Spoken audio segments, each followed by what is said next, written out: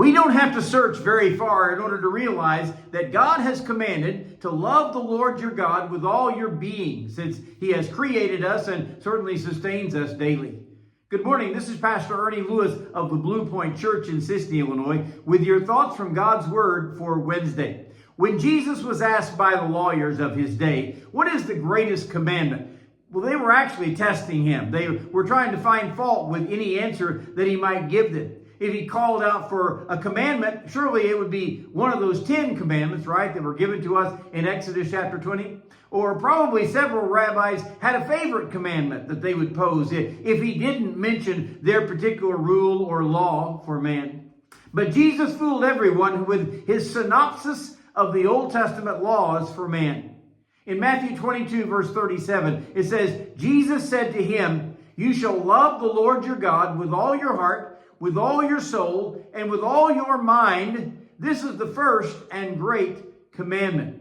Now, this is not really a new thought or commandment for God's people. In Deuteronomy chapter 6, the children of Israel are getting ready to enter into a promised land. And knowing that they had just traveled through many lands of the enemy, as well as those lands of idolaters who worship everything around them and a myriad of gods, Moses was preparing God's people to be faithful to their God. So he taught them here, "Hear, O Israel, the Lord our God, the Lord is one, and you shall love the Lord your God with all your heart, with all your soul, and with all your strength."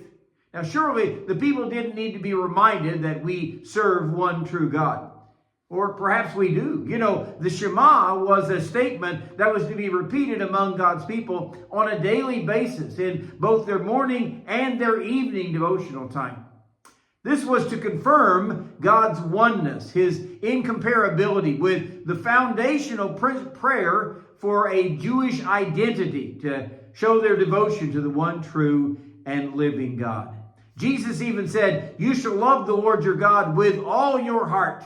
Now, we would quickly agree that love is one of the greatest motivations for our devotion and our service to God. This command calls for a love that is all-encompassing, that outweighs all other thoughts and endeavors and even our devotion or our passion that's in our hearts.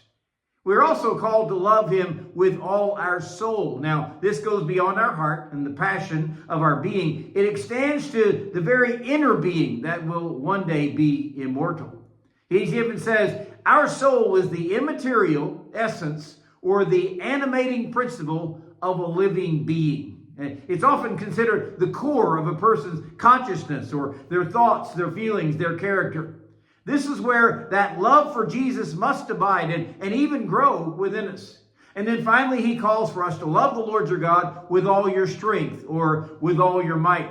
This calls for a concentration that surpasses all things without and within, for that matter. It seems to call for us to need to work at this kind of devotion. You know, Paul tells us in Romans chapter 12 and verse 2, "Be ye transformed by the renewing of your mind."